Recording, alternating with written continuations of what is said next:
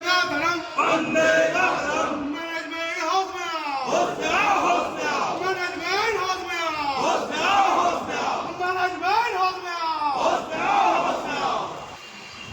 सभी लोग यहाँ पर उपस्थित हुए हैं।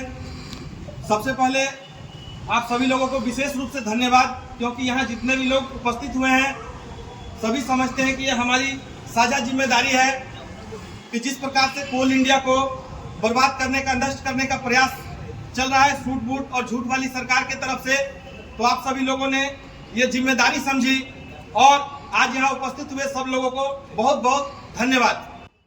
आज कोल इंडिया की स्थिति वो नहीं रह गई है जो कि किसी समय पे थी, और उस वक्त की तत्कालीन प्रधानमंत्री श्रीमती इंदिरा गांधी जी ने जो सपना देखा था कि कोयला कामगारों के घर के चूल्हे भी अच्छे से जले, उनके बच्चों की भी परवरिश अच्छे से हो, अच्छे स्कूलों में पढ़े, और इन सब अच्छी सोचों को लेकर उन्होंने राष्ट्रीयकरण किया था हमारे कोल इंडिया को।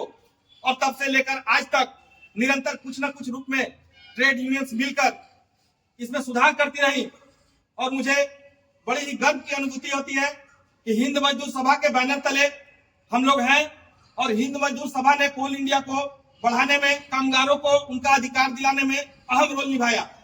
परंतु बीते कुछ सालों से जिस प्रकार से सरकार और प्रबंधन मिलकर मजदूरों का शोषण कर रही है, उनके ऊपर दबाव बना रही है, और कोल इंडिया को फिर से एक बार ठेका प्रथा में या यूं कहे प्राइवेटाइजेशन करने का जो षड्यंत्र रचा जा रहा है, आज वो शोषण अपने चरम पर है। आज हर क्षेत्र में आप किसी भी डिपार्टमेंट में जाएं, किसी भी कोलियरी में जाएं, किसी भी सब्सिडरी में जाएं, किसी भी छोटे यूनिट में जाएं, आप देखेंगे कि ऑफिसर शाही हावी है, और इन्हें बल दिया जा रहा है कि आप मजदूरों का शोषण करें और इन्हें जो इनका अधिकार है उससे वंचित रखें। और इसमें सिर्फ प्रबंधन ही नहीं, सिर्फ सरकार ही नहीं, कुछ मैनेजमेंट के दलाल भी है जो हमारे बीच रहते हैं, हमारे साथ उठते हैं, हमारे साथ बैठते हैं, परंतु दलाली करते हैं प्रबंधन का, और ये हमारी मजबूती को कमजोर करता है।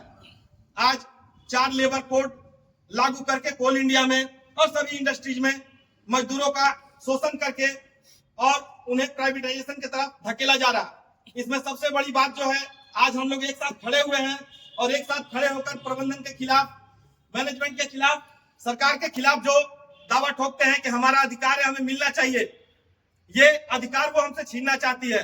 हम लोगों को 12 तारीख को स्ट्राइक करना है, और स्ट्राइक दिखाना है कि हम मजदूर हैं, मजबूत नहीं है, और हम अगर कोल इंडिया को बना सकते हैं, सजा सकते हैं, संवार सकते हैं, तो हम उसे धराशायी भी कर सकते हैं जो उसके खिलाफ षड्यंत्र रचेगा, और इन्हें हम किसी भी कीमत पर छोड़ने वाले नहीं हैं।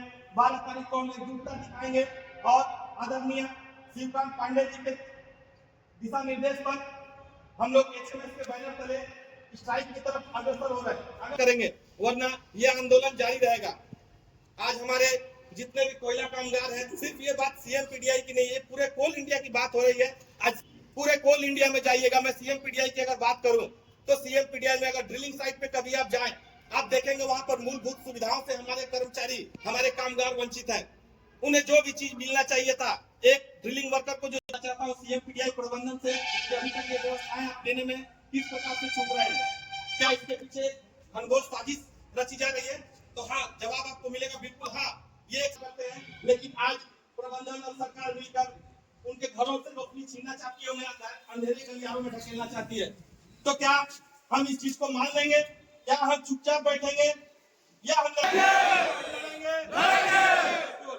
ये दमखम पूरे कोल इंडिया में देखा जाएगा 12 तारीख को। उससे पहले जगह जगह जेट मीटिंग हो रही है, परंतु जो सबसे दुख की बात है, आज जगह जगह जेट जो अपना ज्वाइंट एक्शन कमेटी है वो हर जगह मीटिंग कर रहा है, लेकिन सीएमपीडीआई आरआई में 4-4, 5-5 लेके लोगों को लेकर जो खेल खेला जा रहा है, और हमारे झंडे के नीचे खड़े होकर भीड़ को दिखाना कि ये हमारी भीड़ है, ये मैं बिल्कुल होने नहीं दूंगा।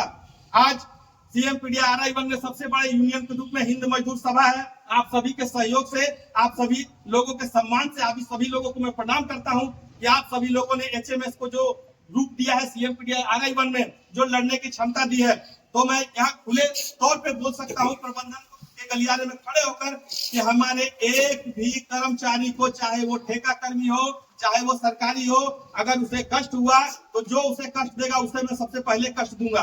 ये मैं सीना ठोक कर पूछता हूँ। तो हमारे एक सबसे पहले दिक्कत देने वाले को मैं दिक्कत करूंगा, और मुझे ये शक्ति मिलती है आप सभी लोगों की एकजुट होने से। हमारे कॉन्ट्रैक्चुअल वर्कर्स इतने दिनों से काम कर रहे हैं, उन्हें कई बार ऐसा होता है, कई महीने तक ऐसा होता है जब उन्हें सैलरी सही समय पे नहीं मिलती है, और 3-3, 4-4 महीने, कभी कभी 6 महीने तक उन्हें सैलरी ठीक से नहीं मिल पाती है।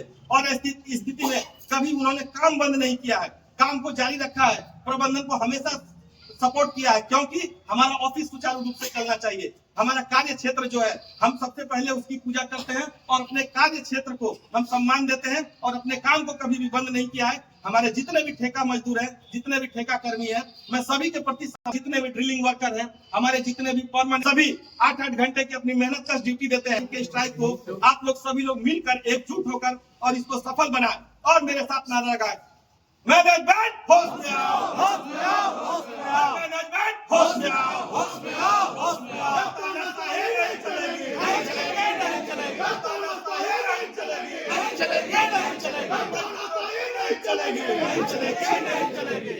बहुत बहुत धन्यवाद आप सभी का। आप सभी लोग आए, ऐसे ही एकजुट रहे और 12 तारीख के स्ट्राइक को सफल करें। बहुत बहुत धन्यवाद।